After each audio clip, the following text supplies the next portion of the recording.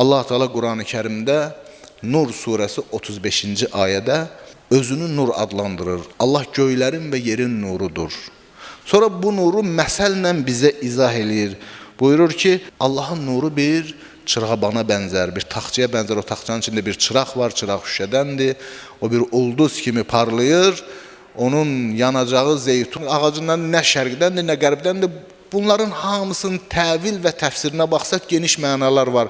Burada o çırağın yerləşdiyi taxça, hədis kitablarımıza baxdıqda, təfsir və təvil kitablarımıza baxdıqda görürük ki, deyirlər ki, Mişkət Fatimədir. Çırağın yerləşdirdiyi o taxça Fatimə-i Zəhra salamullahi aleyhadır ki, Peyğəmbərlik nuru və Əmirəl-Mömin əleyhissalamın nuru və ardınca imamlarımızın nuru onda öz varlığını tapır.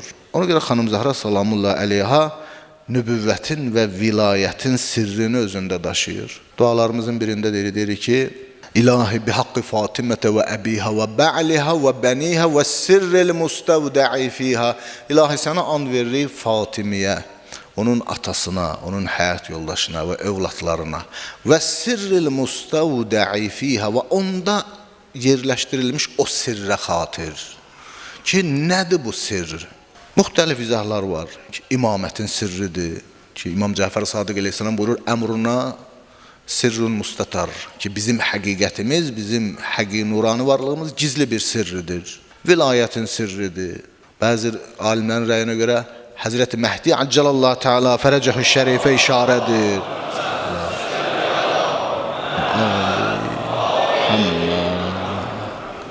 Ki, xanım Zəhra salamullahi aleyha nübüvvətin sirlərini, vilayətin sirlərini özündə daşıyır. Varlığın sirrini özündə daşıyır.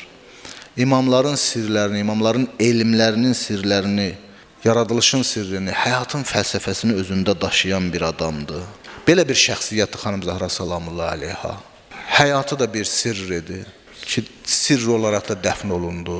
Qəbri də bizim üçün sirr olaraq qaldı.